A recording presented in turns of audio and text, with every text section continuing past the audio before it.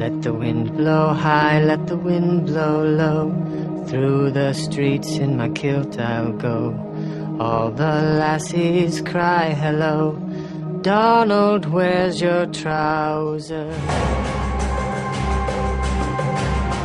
Mystery Quest has undertaken an expedition to Eastern Europe to try to determine whether Adolf Hitler died in 1945 or somehow escaped. This man, a former Nazi bodyguard, insists he saw Hitler and Eva Braun dead in a Berlin bunker. This author believes Hitler faked his death and escaped to Argentina. This scientist is testing the only known physical evidence of Hitler's body.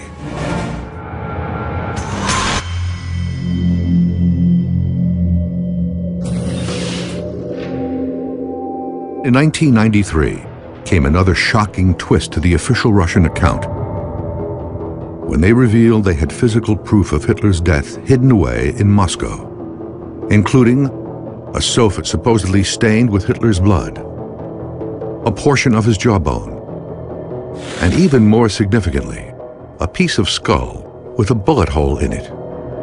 The Russians have always restricted access to the evidence, and it has never been tested using modern forensic technology.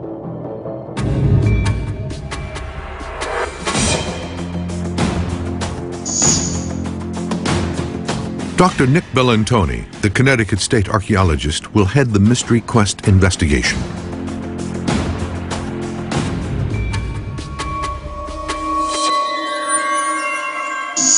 This man doesn't believe the eyewitnesses. First of all, nobody found the corpse of either Hitler or Eva Braun. All the testimony of the key witnesses are very contradictory. Author H.D. Bauman spent 6 years researching his recent book about Hitler's fate.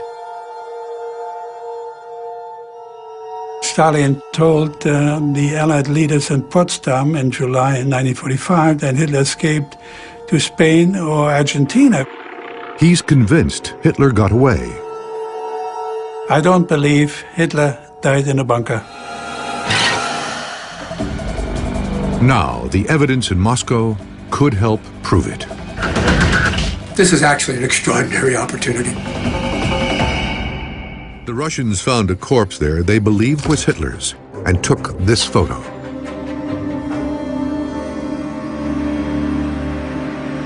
Hitler was like a lot of political leaders. He occasionally made use of a double or a doppelganger. And many think one may have taken his place. Author H.D. Bauman claims Hitler's practice of using a double increased after July 20th, 1944, when an attempt to kill him was staged by opponents in the German army. Called Operation Valkyrie, it was unsuccessful, but 200 people connected to the attempted coup were executed as a result.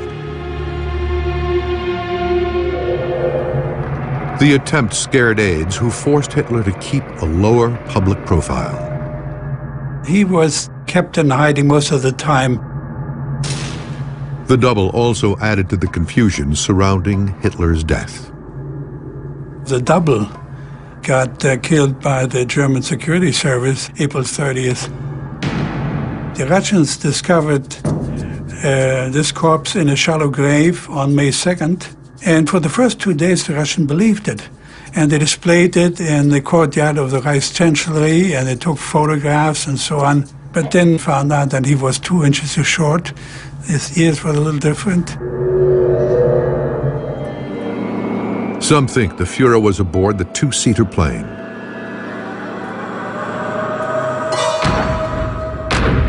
Reich evaded heavy Allied fire and escaped. She denied until her death that Hitler was with her. Bauman believes Hitler then traveled by U-boat to Argentina. And Bauman isn't alone. Ariel, see, she's on the table, she's getting an operation. See how they changed it? Now she's got legs. If you go read the story, they tell you that it was a doctor in Argentina that did it. I got news for you. Go do your studies. When the Nazis escaped with the help of the Catholic Church, I'm talking about the real nasty ones that are now part of the American government and the British government. and they're really behind this whole new World Order thing. Okay, they fled to Argentina. Okay, I guarantee you, Adolf Hitler did not die. None of these guys died. Maybe Herr Göring did, because he took a cyanide. Baumann believes Hitler then traveled by U-boat to Argentina. And Baumann isn't alone. The FBI did investigate the many rumors that came out of Argentina, but not much came out of it. The FBI officially closed the case on Hitler's death in 1956, 11 years after the war ended. Bellantoni next performs a forensic examination of the high-resolution images he took of the skull. He's noticed something. Well, upon our return from Russia, one of the things we wanted to do was take a look at our photographs that we have, blow them up, and really see if we can really get some good detail on top of the forensic information we achieved there.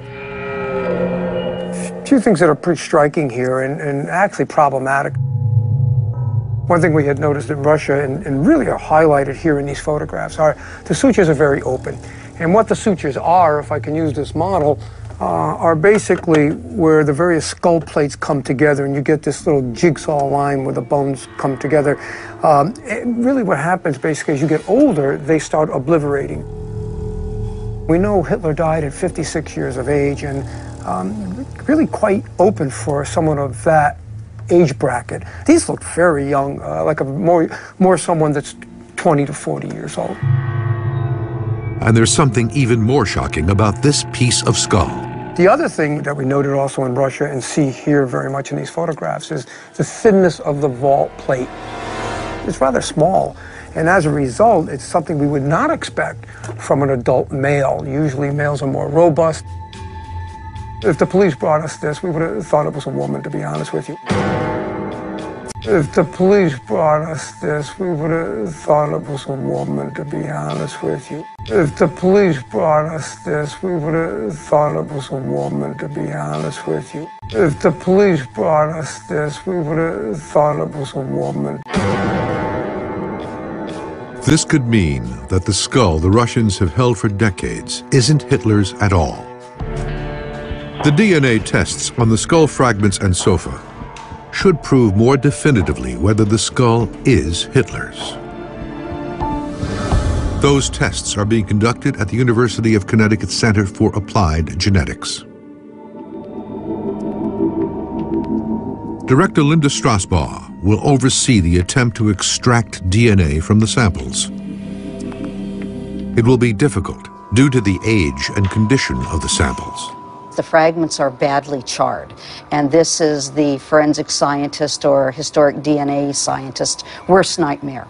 It's one of the biggest challenges for getting DNA from burnt pieces of bone. The pieces are very small, and we just aren't certain how much luck we're going to have in coaxing DNA out of these samples. We'll be taking extreme caution with these samples. We'll be using full forensic procedures to avoid contamination. They begin by soaking the samples overnight in a special chemical solution. If the process is successful, the science team will be one step closer to determining whether the skull and sofa fragments really contain Hitler's DNA.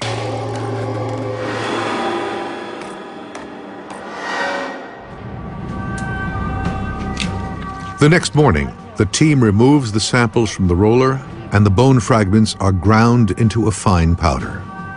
For the bone fragments, we actually powder the bone to make it easier for the solution to get in and lift the DNA out.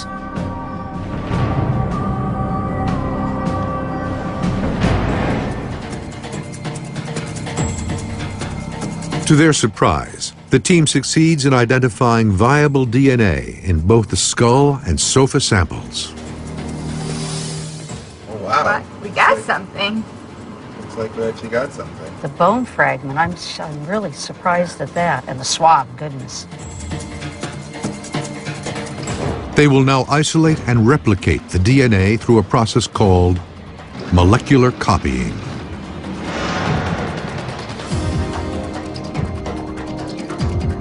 This will give the scientists more material to look at.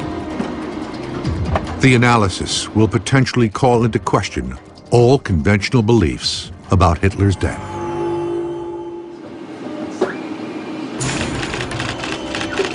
Now, the analysis of the science team will be vital in determining whether the rest of the Russian account is true. He says the areas where the skull plates come together indicate the skull belongs to someone much younger than Hitler would have been at the time of his death, and may even belong to a female.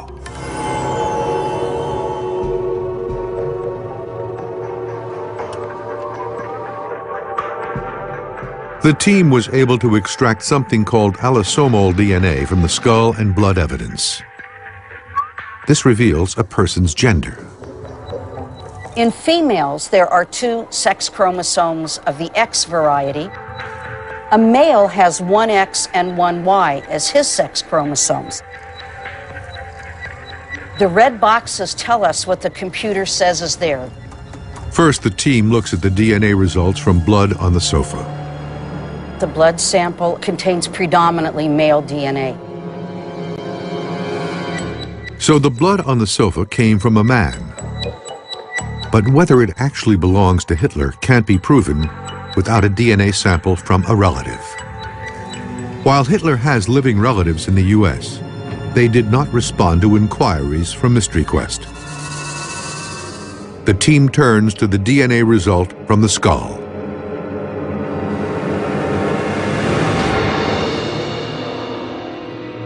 So that sample, which came from the skull, has only a female signature in it. And so we think that's come from a woman. So you're saying the bone fragment came The bone fragment. a woman, a female. The skull of a female. Wow. And you're absolutely positive about this? The woman. As sure as we can be. Wow. Wow. Wow.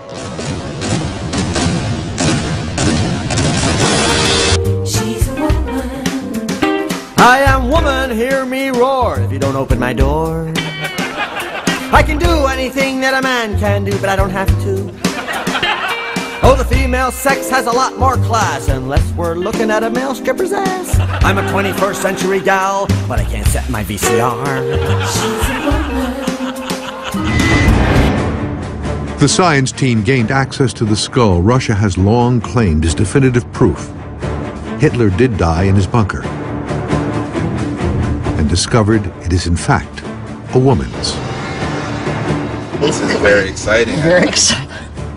These astonishing facts may open a whole new chapter in history, leaving us with an even larger mystery. We're going to change everybody's perception of not only these remains, but what maybe happened to Adolf Hitler and others in that bunker. If this is not Hitler, who is it? And as a result of that, we've got a lot more homework to do.